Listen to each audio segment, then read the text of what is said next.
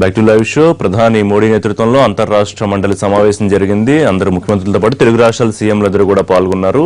ప్రసంగ పాఠాల్లో రాష్ట్రానికి ఏమేం కావాలి, అలాగే ఏదైతే కేంద్ర ఎజెండా పెట్టిందో దానికి సంబంధించిన వీళ్ళ అభిప్రాయాలు కూడా తెలియజేశారు. ముఖ్యంగా ఏపీ సీఎం అయితే పొరుటి నుంచి పుట్టేడు కష్టాల్లాగా ఉంది ఏపీ పరిస్థితి, ఖచ్చితంగా కేంద్రం ఆదుకోవాల్సిన అవసరం ఉంది. అలాగే విభజన సమస్యలకు సంబంధించి తెలంగాణతో ఉన్న సమస్యల పరిష్కారంలో కూడా కేంద్రం ముందడుగు వేయాలని చెప్పి ఆయన కోరుకుంటే, దాదాపుగా తెలంగాణ సీఎం కేసీఆర్ కూడా అదే అభిప్రాయం వ్యక్తం చేశారు. పక్క రాష్ట్రాలతో మేము సానుకూలంగానే ఉన్నాం, కానీ ఆంధ్రప్రదేశ్లోనే కొన్ని ఇబ్బందులు ఉన్నాయి, ఆ సమస్యల పరిష్కారంలో కొంచెం కేంద్రం చొరవ తీసుకోవాలి. ఈ అంశాలకు సంబంధించిన విషయాలు మాట్లాడదాం. మనతో పాటు రుద్రరాజ్ పద్మరాజు గారు, ఏపీ టీడీపీ సీనియర్ నేత, మాజీ మండలి చీఫ్ విప్ వారు పాల్గొంటున్నారు. అలాగే మన్నే గోవర్ధన్ గారు, టీఆర్ఎస్ ముఖ్య నేత, మల్లు రవి గారు, మాజీ ఎంపీ, తెలంగాణ కాంగ్రెస్ సీనియర్ నాయకులు, మనకు కొద్దిసేపట్లో శ్రీనివాసులు గారు, రైల్వే కోడేరు ఎమ్మెల్యే మనతో జాయిన్ అవుతారు.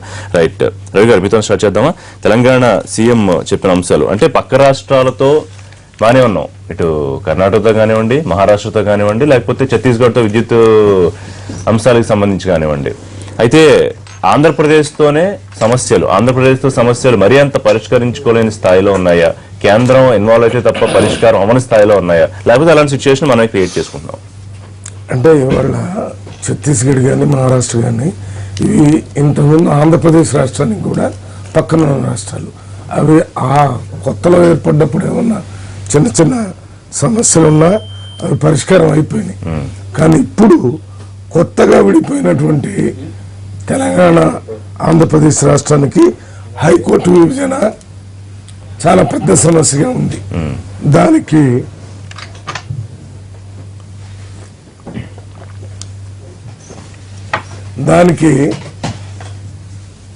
ఆంధ్రప్రదేశ్ ముఖ్యమంత్రి గారు అక్కడ పాత బిల్డింగ్ లో పెట్టడానికి కానీ, కొత్త బిల్డింగ్ కట్టడానికి కానీ, దీన్ని మార్చడానికి కానీ సానుకూలంగా లేరనే విషయం అందరికీ అర్థమవుతుంది. అది ఇక్కడ ఉన్నటువంటి సెక్రటేరియట్, అసెంబ్లీ అక్కడ మారుస్తున్నారని తెలిసింది. అదంతా అయిపోయినా కానీ ఇది మాత్రం ఇక్కడే ఉంచుతున్నారు. ఇక్కడ మరి న్యాయాధిపతులు దానికి ఆయన ఇంకొక మాట చెప్పారుగా, కేవలం హైకోర్టు విభజన అనేది కాదు, విభజన అంశాలకు సంబంధించి ఇంకా అనేక ఉన్నాయి, అన్ని ఒకే ఇంట్రెస్ట్ తీసుకోవాలి తప్ప అనుకూల అంశాలని హైలైట్ చేయకూడదనే విషయం మొదటి నుంచి చెప్తున్నారు. అంటే కాలు ఇరిగినోడికే కట్టు కట్టాల, ఎక్కడ సమస్య ఉందో అక్కడ పరిష్కారాల గురించి మాట్లాడాలి. ఇక్కడ జడ్జెస్, లాయర్స్ అంతా బజార్కు వచ్చారు. అంత మొత్తం న్యాయ వ్యవస్థలో ఎప్పుడు జరగనటువంటి ఒక ఇది వచ్చింది.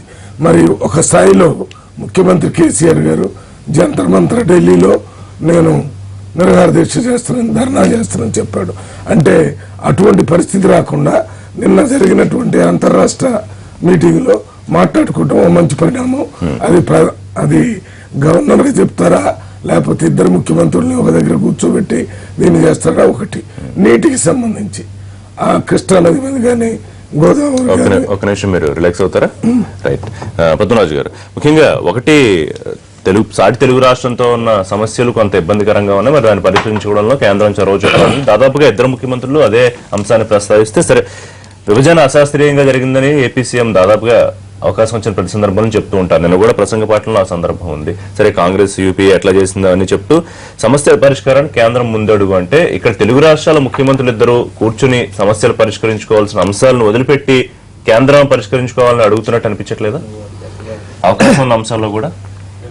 అంటే నిన్న అంతర్రాష్ట్ర మండలికి సంబంధించినటువంటి సమావేశంలో ఈ తెలుగు రాష్ట్రాల ముఖ్యమంత్రులు కూడా పాల్గొని వారి యొక్క వెర్షన్ అంతా కూడా చాలా డీటెయిల్గా ఎక్స్ప్లెయిన్ చేశారు. కానీ వారు ఎలా ఉందంటే ఇప్పటికీ కూడా మనకి అటు ఛత్తీస్గఢ్తో మనం విద్యుత్తును కొనుగోలు చేసుకుంటూ ఉన్నాం అని చెప్పి తెలంగాణ రాష్ట్ర ముఖ్యమంత్రి కావచ్చు, మహారాష్ట్రతో కానీ, కర్ణాటకతో కానీ, అటు సాగునీరు కానీ తాగునీటికి సంబంధించినటువంటి విషయాల్లో మేము సఖ్యతగా ఉన్నాం, వారితో ఎంఓఎస్ చేసుకున్నాం. కానీ ఇటు ఆంధ్రప్రదేశ్కి సంబంధించిన విషయాల్లో ఇంకా చాలా ఇబ్బందులు ఉన్నాయనేటువంటిది వ్యక్తం చేయటం ఇక్కడ కూడా రాజకీయాన్ని కేంద్ర స్థాయికి తీసుకువెళ్ళేటువంటి పరిస్థితి ఉంది. ఎందుచేతంటే ఒక సమైక్య రాష్ట్రంలో ఇద్దరు కలిసి ఉండి తెలుగు వాళ్ళుగా మనం ఉన్నాం. కొన్ని ప్రత్యేక పరిస్థితుల్లో ఇది జరిగింది.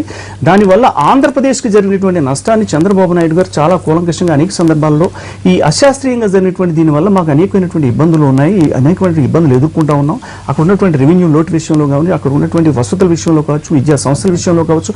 ఇప్పుడే మల్లు రవి గారు మాట్లాడుతూ చెప్తా ఉన్నారు, మన ఈ హైకోర్టు విషయంలో హైకోర్టు విభజనకు మేము వ్యతిరేకం ఏం కాదు, కానీ అక్కడ ఇంకా ఇన్ఫ్రాస్ట్రక్చర్ అనేటువంటి ఇంకా సరిగ్గా రాలేదు కాబట్టి దానికి ఒక హైకోర్టు భవనం అనేటువంటిది ఒక ప్రెస్టీజియస్ భవనంగా ఉండాలనేటువంటిది ఆలోచనతో చంద్రబాబు నాయుడు గారు ఉన్నారు.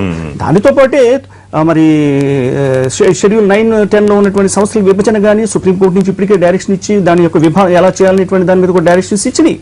ఇవి అన్నిటినీ కూడా ఏకమత్వంలో కూర్చుని ఇద్దరు ముఖ్యమంత్రులు కూడా గవర్నర్ గారు, స్థానికంగా ఉన్నటువంటి గవర్నర్ గారు కానీ కేంద్రంతో జోక్యం చేసుకుంటే అవసరమైతే హోమ్ మినిస్టర్ గారు కూడా దాంట్లో చేసుకోవాల్సి వస్తే చేసుకోవాలి. సో ఇటువంటి అన్నిటినీ కూడా ఒక 1 to 1 ఒకదానికే కాకుండా ఇవన్నీ కూడా చేసేసుకుంటే బాగుందనేటువంటి. ఇంకొక అంశం ఏంటంటే సీఎం కేసీఆర్ వారు ఇచ్చిన ప్రసంగ పాఠంలో గవర్నర్ల పాత్ర గురించి, అంటే గవర్నర్ కి విచక్షణాధికారాలు వద్దు, అలాగే గవర్నర్ల ఎంపీలో రాష్ట్రాల పాత్ర ఉండాలి అనే అంశంతో ఏకీభిస్తున్నారా? ఏపీ కూడా ఏకీభించే అవకాశం ఉంటుంది అంటే ఇది చెప్పడానికి బాగానే ఉంటుంది కానీ ఇప్పుడు అది జరుగుతున్న పరిణామాలు కూడా ఇప్పుడు మనం అటు అరుణాచల్లో కానివ్వండి, ఉత్తరాఖండ్ లో కానివ్వండి, అంతకుముందు కర్ణాటకలో కానీ గవర్నర్ల పాత్ర ఏ రకంగా ఉంది, లేకపోతే ప్రభుత్వాలు కూలదోయడానికో లేకపోతే వాళ్ళకి నచ్చిన ప్రభుత్వాలు ఏర్పాటు చేయడానికో అట్లాంటి పాత్రలు అంటే ఏదైనా దృష్టిలో పెట్టుకుని ఈ అంశాన్ని సపోర్ట్ చేసే అవకాశం తీసుకున్నారంటారా?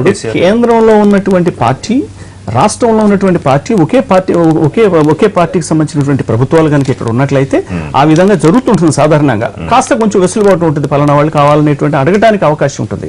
కేంద్రంలో ఈ రోజు మరి బీజేపీ ప్రభుత్వం, ఎన్డీఏ ప్రభుత్వం ఉంది కాబట్టి ఇక్కడ టీఆర్ఎస్ అధికారం, ఇక్కడ తెలంగాణలో చూసుకుంటే టీఆర్ఎస్ ఉంది. సో మాకు కావాల్సిన వాళ్ళు ఇవ్వాలి అంటే రేపు పొద్దున ఏదైనా ఇష్యూ వచ్చినప్పుడు మనకి సానుకూలంగా ఉండడేమో అనేటువంటి భావన ఉండొచ్చు. సో ఇటువంటి విషయాల్లో కాస్త కేంద్రం ఎప్పుడు కూడా స్వార్థపూర్త ఆలోచనే చేస్తూ ఉంటుంది. అంటే ఎప్పుడైనా ఇష్యూ వచ్చినప్పుడు కనీసం కేంద్రాన్ని సపోర్ట్ చేసే విధంగా కేంద్రం చెప్పేటువంటి రీతిలో ఉండేటట్టుగా ఆ గవర్నర్ పెట్టుకుంటుంది తప్ప ఆ పార్టీకి సంబంధించి కానీ ఆ పార్టీ అలైస్ గా ఉన్న సంకీర్ణంలో భాగస్వామ్యులను కొంతమంది పెట్టుకుంటుంది తప్ప ఈ పార్టీకి చెప్పిన వాడిని ఇవ్వటం అనేది సాధారణంగా జరగటువంటి విషయం. మరి ఏది ఏమైనప్పటికీ కూడా రాజ్యాంగంలో ఉన్నటువంటి ఆ నీతి ప్రకారం కానీ దాంట్లో ఉన్నటువంటి నియమ నిబంధనల ప్రకారంగా కానీ ఆ గవర్నర్ అనేటువంటి వ్యక్తి చాలా జుడిషియస్ గా ఉండాలి, రాష్ట్ర శ్రేయస్సు కోసం ఉండాలి తప్ప రాష్ట్రాన్ని సర్వనాశనం చేసేటువంటి విధంగా రాజకీయాలకు అతీతంగా ఉండాలి. రాష్ట్ర శ్రేయస్సు కోసం ఇది చేయాలి తప్ప కేంద్రం మనకు ఒక ఉద్యోగం ఇచ్చింది కదని చెప్పి కేంద్రాన్ని వెంబడించుకుని వాళ్ళు చెప్పిందల్లా శ్రీనివాసులు గారు మనతో జాయిన్ అయ్యారు. శ్రీనివాసులు గారు, ముఖ్యంగా ఏపీ సీఎం చెప్పిన విషయాల్లో విభజన సమస్యలకు సంబంధించి పరిష్కారం ఒకటి, సరే రాష్ట్రానికి కొత్త రాష్ట్రానికి కావాల్సిన అంశాలన్నీ మరొకసారి అందులో ఆయన పొందుపరిచారు. దాంతో పాటుగా ప్రత్యేక హోదా అంశం మళ్ళీ తెర మీదకి వచ్చిందనుకోవచ్చా? ఖచ్చితంగా ప్రత్యేక హోదా ఇచ్చి కేంద్రం ఆదుకోవాలని ముఖ్యమంత్రి మరోసారి విజ్ఞప్తి చేయడం ద్వారా ఏపీ సీఎం గారు ఆయన యొక్క ఏదైతే రాష్ట్ర అభివృద్ధి కోసం ఆయన ఎలక్షన్ టైంలో మొత్తం దాన్ని ఆయన ప్రచార ఆర్భాటం చేశారు తప్ప ఎలక్షన్ అయిపోయిన తర్వాత కానీ ఆయన ఇక్కడ హామీల విషయంలో కానీ పక్క రాష్ట్రాల్లో సైదు విషయంలో కానీ ఎక్కడ ఆయన చూపలేదని కూడా అందరికీ తెలుసు. ముఖ్యంగా మేము మొదటి నుంచి కూడా చెప్తాను, మేము అపోజిషన్గా వచ్చిన టైం నుంచి కూడా రాష్ట్రంలో కొన్ని సమస్యలు ఉన్నాయి, మీరు చాలా చాలా తెలివిగా మమ్మల్ని కూడా ఉపయోగించుకోండి, ప్రతిపక్షంగా మేము దాన్ని సపోర్ట్ చేస్తున్నాం రాష్ట్ర అభివృద్ధి కోసం, రాష్ట్ర ప్రజల కోసం అని చెప్పి జగన్మోహన్ రెడ్డి గారు చాలా సందర్భాల్లో చాలా స్పష్టంగా చెప్పారు. ఈవెన్ హౌస్ లో కానీ బయట కానీ అలాగన్నా మీరు ప్రతిపక్షాన్ని ఎక్కడ కానీ మీరు కనీసం ప్రతిపక్షాలు ఇచ్చిన మాటలు కానీ హౌస్ లో ఇచ్చిన అడ్వైస్ కానీ మీరు ఎక్కడ లేకుండా టోటల్ గా ప్రతిపక్షాన్ని బుల్డోజ్ చేసే పరిస్థితి మీరు మనం అన్ని హౌస్ లో మనం చూస్తున్నాం. కాదు నా పాయింట్ ఏంటంటే ఇప్పుడు ప్రభుత్వం ప్రతిపక్షం మధ్య అంతర్గతంగా ఉండే విభేదాలు నిన్న అత్యున్నత వేదిక దాదాపు ముఖ్యమంత్రులందరూ, కేంద్ర మంత్రులు, ముఖ్యమైన శాసన సభ్యులు ఉన్న ప్రధాన నేతృత్వంలో జరిగిన భేటీలో మొత్తం అంశాలన్నీ ఒకసారి రీఇటరేట్ చేయడం ద్వారా అన్ని రాష్ట్రాలకి ఈ అంశాలను చెప్పినట్టు అవ్వలేదా? సో ప్రయత్నం చేయట్లేదనే విమర్శ చేయడంలో ఇంకా అర్థం ఉందా? కానీ ఆ ప్రయత్నం అనేది ఎక్కడ అంత అనిపించడం లేదు. ప్రయత్నం అనేది కేవలం ఎప్పుడన్నా పార్లమెంటు స్టార్ట్ అయ్యేటప్పుడు లేదంటే అసెంబ్లీ స్టార్ట్ అయ్యేటప్పుడు ఆ విధంగానే పోతున్నారు. కానీ నిజంగా మీరు కేసీఆర్ ఎందుకు మీరు కూర్చొని మాట్లాడుకోవడం లేదు? పక్క రాష్ట్రాలతో ఈ రోజు మీరు చెప్పినట్టు వేరే రాష్ట్రాలు వచ్చి తెలంగాణతో మాట్లాడుతున్నారు కదా, అదేవిధంగా ఆంధ్రప్రదేశ్ కూడా సంబంధించిన వాళ్ళు ఏదైతే మనకు రిలేటెడ్ సబ్జెక్ట్స్ ఉన్నాయి, ఇరిగేషన్ కానీ అదేవిధంగా నీకు అనేక మంత్రులతో మీరు ఎందుకు విభజన అంశాలు, అదేవిధంగా రాజ్యాంగం మనకు 9th షెడ్యూల్ 10th షెడ్యూల్ అంశాలు చాలా అంశాలు ఉన్నాయి కదా, ఈ రోజు ఉద్యోగ సంబంధించిన కానీ ఉద్యోగుల విషయంలో కానీ ఎక్కడ కానీ ఒక పారదర్శకంగా మీరు ఎక్కడ కానీ దానిపైన నడుచుకోలేదు కదా. కేవలం ఎప్పుడైతే అంగు ఆర్భాటాలతో పార్లమెంట్ సమావేశాలు జరిగేటప్పుడు, అదేవిధంగా హౌస్ ఆంధ్రప్రదేశ్ శాసనసభ సమావేశం జరిగేటప్పుడు అప్పుడు మాత్రం మీరు యాక్ట్ చేస్తారు. నిన్న జరిగిన మంచి వేదిక, చాలా మంచి వేదిక. ఎందుకంటే ప్రధానమంత్రి నేతృత్వంలో చాలా అన్ని పార్టీలు ఉంటాయి. దాదాపు దేశంలో అన్ని రాష్ట్రాల ముఖ్యమంత్రులు ఉన్నారు, అన్ని రాష్ట్ర ప్రధాన కార్యదర్శులు ఉన్నారు, అన్ని రాష్ట్రాలకు సంబంధించిన చాలా మంది ఇంటలెక్చువల్స్ తో పార్టిసిపేట్ చేసినారు. సో అక్కడ మీ యొక్క ఎజెండా పార్టీకి మనకి ఏదైతే ఆంధ్రప్రదేశ్ కావాల్సిన అనేక అంశాలు ఈరోజు మనం చాలా వెనకబడి ఉన్నాం. అంటే కొన్ని విభజన అంశంలో చాలా వరకు మొదటిగా ఈ విషయం మాట్లాడడం ముందు కూడా మనకు ఏదైతే విభజన అంశంలో మేము చాలా సార్లు ఫైట్ చేసాం. రాష్ట్రం విడిపోతే చాలా ఇబ్బంది పడిపోతుంది, చాలా పరిస్థితి ఘోరంగా ఉంటుంది, అన్ని రంగాల్లో మనం విఫలం అయిపోతాం, చాలా ఇది. సో అది ఆ సెంటిమెంట్ గా అన్ని రకాలుగా అది విడిపోయింది. దాని గురించి మనం పక్కన పెడితే ఇప్పుడైనా కనీసం మనం ఎక్కడైనా ఒక స్పష్టత ప్రభుత్వంలో ముఖ్యమంత్రి కానివ్వండి, మంత్రులు కానివ్వండి, నాయకులు వైసీపీ ఏ పాలసీ తీసుకున్నా లేకపోతే ఏ అభివృద్ధి ప్రణాళిక తీసుకున్నా దానికి అడ్డుపోలు వేస్తారు, వైసీపీ అడ్డుకునే ప్రయత్నం చేస్తారని అంటున్నారు. మేము జస్ట్ ఇంతకుముందు మీకు ఒక విషయం చెప్పిన, ప్రతిపక్ష పార్టీ మేము చాలా నిర్మాతం పాత్ర మేము పోషిస్తున్నాం. మీరు ఎగ్జాంపుల్ మీరు చాలా హౌస్ లో రెండు హౌస్లో మేము చాలా స్పష్టంగా చెప్పాం. కానీ మీరు ఇందాక చెప్పారు ఎక్కడ కానీ మేము మాకు సహకరించలేదంటే మా అడ్వైజ్ తీసుకోలేదు మీరు. మా అడ్వైజ్ కానీ ఇప్పుడు ప్రతిపక్ష నాయకుడు కొన్ని సూచనలు రాష్ట్ర అభివృద్ధి కోసం, రాష్ట్ర ప్రజల కోసం తీసుకున్నప్పుడు ఈరోజు మీరు ఏం చేస్తున్నారు, ఈ అసెంబ్లీతో పాటు స్థానిక ఎమ్మెల్యే కూడా ఎక్కడ మీరు ప్రాతినిధ్యం కల్పించలేదు. ఎక్కడ ఫండింగ్ విషయంలో కానీ ప్రాతినిధ్యం మీరు ఒక జన్మభూమి కమిటీ వేసి రాజ్యాంగ బద్దన కమిటీ వేసి ఆ కమిటీని టోటల్ గా బుల్డేజ్ చేస్తారు. అంటే మీరు ప్రజాస్వామ్యాన్ని, పంచాయతీరాజ్ వ్యవస్థను ఏదైతే స్థానిక శాసనసభ్యులు కానీ, ప్రజాప్రతినిధులు కానీ, లోకల్ బాడీ సంబంధించిన అందరూ కూడా బుల్డేజ్ చేసే పరిస్థితున్నారు. కాబట్టి మీరు ఎక్కడ కానీ ఒక పారదర్శక పోలేదు. ఇంకా నిన్నగా మనకు జరిగిన ఏదైతే మనైతే వాటర్ విషయం, కృష్ణా సంబంధించిన కానీ, అదేవిధంగా మనకు గోదావరి విషయంలో కానీ ఆ వాటిలో టోటల్ గా తెలంగాణ వాళ్ళ రాష్ట్రానికి చేసుకుంటున్నారు. కానీ మా రాష్ట్రానికి సంబంధించిన మేము దీక్షగా చేసాం. కర్నూలులో దీక్షగా జగన్మోహన్ రెడ్డి గారు ఆధ్వర్యంలో వాటర్ కోసం, ఎందుకంటే వాటర్ యుద్ధాలు జరుగుతున్న ముందే చెప్పాం, దీన్ని మీరు కూర్చొని మాట్లాడుకొని చెప్తే వాళ్ళు నీళ్లు లిఫ్ట్ చేసుకొని పోతాను మీరు చూస్తూ గమ్మున్నారు. కనీసం దాని గురించి మాట్లాడలేదు. కేవలం మీ మీ సంబంధించిన మీకు ఏదైతే ఉన్న మీకు ఇబ్బందులు ఏదైతే ఉన్నాయో, ఎక్కడ బయటకు వస్తాయో, ఎక్కడ ఏదవుతారో దానికోసం మీరు భయపడుతున్నారు. రాష్ట్ర ప్రజల కోసం మీరు ఎక్కడ లేదు. కానీ ఖచ్చితంగా రాష్ట్ర ప్రభుత్వం, చంద్రబాబు నాయుడు గారు ఇక్కడ ఉన్నటువంటి పరిస్థితుల్లో ఈ ప్రాణహిత రంగారెడ్డికి సంబంధించి కావచ్చు, దిండి ప్రాజెక్ట్ సంబంధించినటువంటి కొన్ని అక్కడ సమస్యలు ఉన్నాయి. దాంట్లో అలొకేషన్స్ లేవు అనేటువంటిది కానీ, డిపిఆర్ కానీ సరైనటువంటి లేకుండా మీరు ప్రారంభించారు. దీనివల్ల నష్టం వస్తుంది అనేటువంటి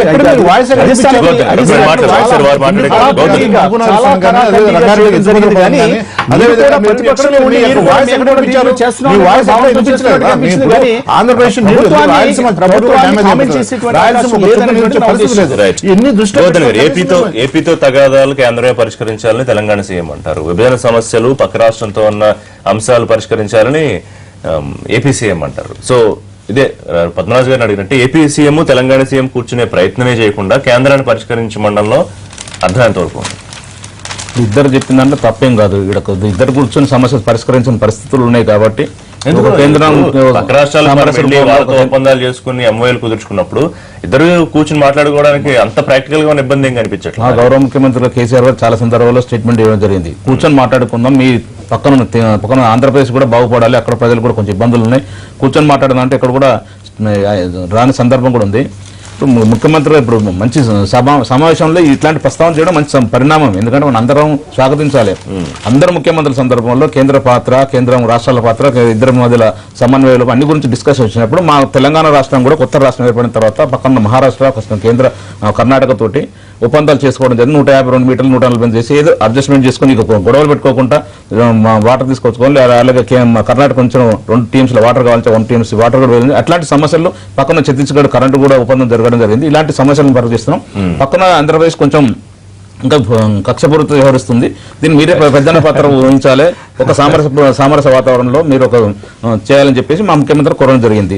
దాన్ని మనం ఆకరించి, ఎందుకంటే ఎగ్జాంపుల్ చెప్తున్నాం, హైకోర్టు విభజన అక్కడ కేంద్ర శాఖ మాజీ కేంద్ర శాఖ మంత్రి మహారాష్ట్రతో కానీ, కర్ణాటకతో కానీ, ఛత్తీస్గఢ్ తో కానీ రాజకీయంగా ఎటువంటి సంబంధాలు ఉండవు కాబట్టి, రాజకీయంగా లేకపోతే ఎమోషనల్ గా, సెంటిమెంట్ గా యాక్ట్ చేయాల్సిన వ్యవహారం లేదు కాబట్టి వాటితో బాగానే ఉన్నారు. కానీ రెండు తెలుగు రాష్ట్రాల మధ్య ఈ అంశాల వల్ల అక్కడ అక్కడ ప్రభుత్వాలు అక్కడ స్టేట్లు స్పందించిన మేము ఇచ్చిన అడిగడానికి వాళ్ళు స్పందించి దానికి ఎగ్రీ అయినాయి కాబట్టి ఎలాంటి గొడవలు లేవు. ఇక్కడ లేదు కదా, ఇక్కడ అట్లా ఆంధ్రప్రదేశ్ అవతరం లేదు. ఇప్పుడు గోదావరిలో ప్రాజెక్టు కట్టుకుంటాం, దాన్ని అడ్డం పెడతారు. కృష్ణాలో పాలమూరు రంగారెడ్డి ఎత్తిపోతల దానికి అడ్డం పెడతారు. డిపిఆర్ లేదని చెప్పేసి మాకు కేటాయించిన వాటర్ని మేము కట్టుకుంటామని చెప్పడానికి మీ వాటర్ ఎక్స్ట్రా వాటర్ ఒక చుక్క కూడా కాంగ్రెస్ నాయకులు కూడా అడిగారు డిపిఆర్లు బయట పెట్టాలని. వాళ్ళు సిఎస్ కూడా లేఖ రాశారు. ఇక్కడ రాష్ట్రాలు ఇక్కడ అడగడం, కాంగ్రెస్ వాళ్ళు ప్రతిపక్షాలు అడిగితే మీ డిపిఆర్ చెప్తాం. దాని గురించి కాదు, పక్క రాష్ట్రానికి మా ఇంటర్నల్ ప్రాజెక్టులు సంబంధం లేదని చెప్పి చెప్తున్నాం. ఇక్కడ ప్రతిపక్షాలు అడగడం, లేదా మేధావులు అడగడం, లేకపోతే టీజేసీ అడగడం మీకు కాదనట్లేదు. అది అడగడం సమానం చెప్తాం. కానీ పక్క రాష్ట్రాల్లో మాకు ఇంటర్నల్ గా మాకు ఇచ్చిన టీఎంసీల వాటర్ని వాడుకోవడానికి మాకు నచ్చిన అంటే మాకు ఎక్కడైతే వెసులుబాటు ఎక్కడైతే ప్రాజెక్టు కడితే ఎక్కువ నీరు అందించగలం, తెలంగాణ రైతాన్ని ఆకుపచ్చ తెలంగాణ లేకపోతే 100 కోటి ఎకరాలు నీరు అందించాలని ఒక ఉద్దేశంతో ప్రాజెక్ట్ కట్టుకుంటున్నాం. మా ఇంటర్నల్ ఉన్నప్పుడు పక్క రాష్ట్రం డిస్టర్బ్ చేయొద్దని చెప్పి ఆఫీస్ చెప్పొద్దు మాకు కోరిక. ఇంకోటి హైకోర్టు విషయం, నేను జడ్జెస్ గురించి చెప్తున్నాను. 250 మంది జడ్జెస్ ఉంటే తెలంగాణలో మొత్తం 95 మంది జడ్జెస్ తెలంగాణ కేటాయించారు. ఆంధ్రప్రదేశ్ తెలంగాణ కలిసి 250 మంది, 95 మంది తెలంగాణ జడ్జెస్ ఉంటే దానిలో 58 మంది ఆంధ్రప్రదేశ్ సంబంధించిన జడ్జెస్ ఉన్నారు. ఇక్కడ ఇప్పటికి కూడా తెలంగాణ వచ్చిన తర్వాత కూడా వివేక జరుగుతుందని చెప్పేసి అక్కడ ఉన్న జడ్జెస్ కూడా కోరడం జరిగింది. అలాగే అడ్వకేట్స్ కూడా హైకోర్టు అక్కడ సదానంద గౌడ గారు మేము ఆల్రెడీ సమస్యలు లేవు, విభజన వివాదాలు లేవని చెప్పట్ల, కానీ పరిష్కరించుకునే ప్రయత్నం ఇక్కడ కాకుండా కేంద్రం ముందు పెట్టాల్సిన అవసరం ప్రతిసారి ఎంతవరకు ఉంది? నేనేమంటే అక్కడ కేంద్ర ప్రభుత్వం కూడా స్పందించింది. ఆడ మేము రెడీ ఉన్నాం, మీకు దాని కూడా హైకోర్టు కావాల్సిన బడ్జెట్ కేటాయించింది. అక్కడ ఆంధ్రప్రదేశ్ ముఖ్యమంత్రి చంద్రబాబు గారు సహకరించట్లేదు, మౌలిక సదుపాయాలు కల్పట్లేదు, బిల్డింగ్ కల్పట్లేదు అని చెప్పి చెప్పడం జరుగుతుంది. దీంట్లో ఒక్కసారి ముఖ్యమంత్రి గారు మేము చెప్పడం చెప్పట్లేదు. కనీసం ఇప్పుడు ఎవరో కట్టుకుంటాం ఈ టైం పడుతుందని చెప్పి ఒక్కరోజు స్పందించలేదు. దాని సేపు 9-10 షెడ్యూల్ 9-10 అడ్డం పెట్టేసి నిజంగా కూడా అన్ని ఇప్పుడు తెలంగాణ ఆంధ్రప్రదేశ్ విడిపోయింది, అన్ని సమస్యల పరిష్కారం మేము కోరుకుంటున్నాం, వాళ్ళు కోరుకుంటున్నాం. ఉన్నప్పుడు ఒకసారి పెద్ద ఇప్పుడు ఇద్దరు కూర్చొని మాట్లాడుకున్న పరిస్థితి సిచ్యువేషన్ కనబడుతుంది. కాబట్టి కేంద్ర ప్రభుత్వం మేము కోరుకునేది అంటే అక్కడ ఒక మోడీ గారు లేదా ఒక కమిటీ వేసి ఇద్దరిని కూర్చోబెట్టి అన్ని సమస్యలు, ఇప్పుడు ఒక మాకు తెలంగాణకు అనుకూల సమస్యలు కాదు, అక్కడ ఆంధ్రప్రదేశ్ కూడా కొంచెం ఇబ్బందుల్లో ఉండే మాట వాస్తవమే. అక్కడ ప్రత్యేక చంద్రబాబు నాయుడు గారు సహకరించలేదనేటువంటి గోవర్ధన్ రెడ్డి గారు చెప్పిన దాంట్లో వాస్తవం లేదు, ఇది అసత్యం, ఈ విషయం మాత్రం కూడా నిజం లేదనేటువంటిది అందరికీ తెలుసున్నటువంటి విషయం. ఇక్కడ ఉన్నటువంటి ఇష్యూ ఏంటంటే ఇద్దరు రాష్ట్ర ముఖ్యమంత్రులు కూడా తెలుగువారు. మనకు సామెత గుర్తు వస్తూ ఉంది, పొరిగింటి పుల్లకూర రుచి. అంటే పక్క రాష్ట్రాలు చేసేటువంటి చాలా చాలా చక్కగా ఉంటాయి, అన్ని బాగా ఉంటాయి, కానీ ఒక తెలుగు వారిగా మన అందరం కలిసి నిన్న మన రాజకీయాల సంబంధాలు ఏముండవు కదా, ఈ పార్టీలు అక్కడ లేవు కాబట్టి పొలిటికల్ గేమ్ ఆడాల్సిన అవసరం లేదు. కాబట్టి ఒక ఇష్యూ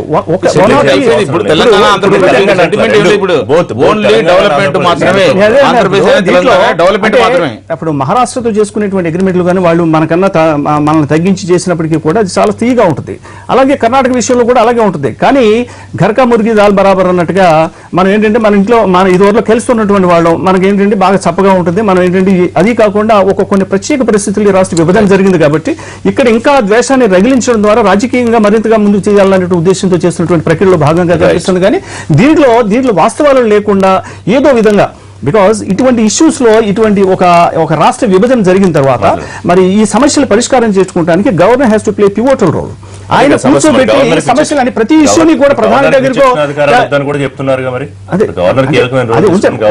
అది డిస్కషన్ ఇంకా రాబోయేటువంటి రోజుల్లో మనం ఏం చేయాలనేటువంటి. కానీ ఉన్నటువంటి పరిస్థితుల్లో ఒక రాష్ట్ర విభజన ఒక ప్రత్యేక పరిస్థితుల్లో జరిగినప్పుడు ఇక్కడ విషయాలు బాగా తెలుసున్నప్పుడు ఆయన కూర్చోబెట్టి వీలైనంత వరకు చేయాలి.